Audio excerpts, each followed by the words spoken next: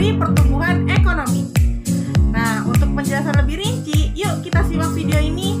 Tapi sebelum kalian simak, jangan lupa like, komen, dan subscribe. Ini teori pertumbuhan ekonomi. Beberapa ahli mengemukakan teori-teori mengenai pertumbuhan ekonomi, dari aliran klasik hingga neoklasik. Yuk kita bahas satu-satu teori pertumbuhan ekonomi. Teori pertumbuhan ekonomi klasik oleh Adam Smith dan David Ricardo.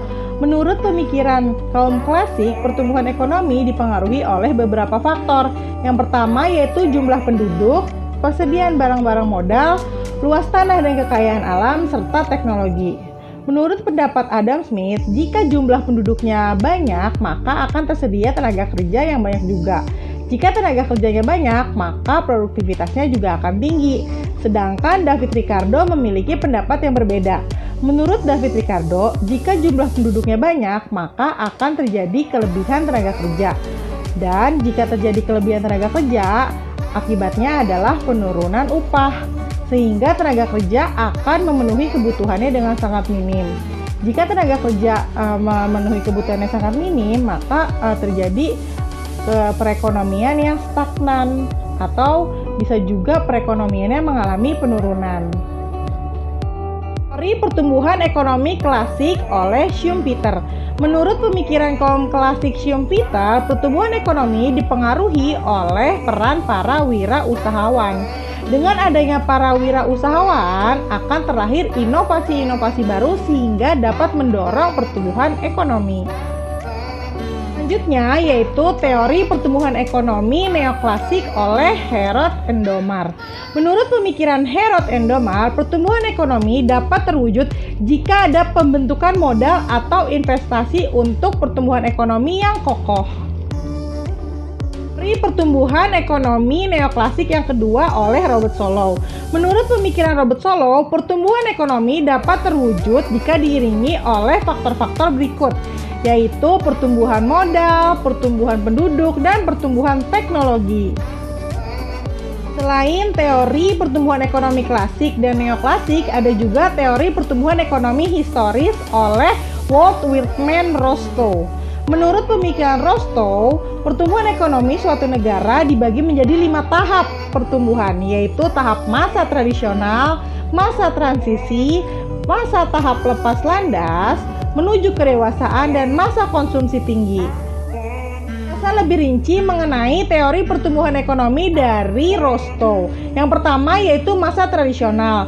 Ciri-ciri yang ada pada masa tradisional adalah teknologi yang digunakan dalam kegiatan produksi masih sederhana. Produksi yang dihasilkan masih rendah, sehingga hanya cukup untuk memenuhi kebutuhan sendiri.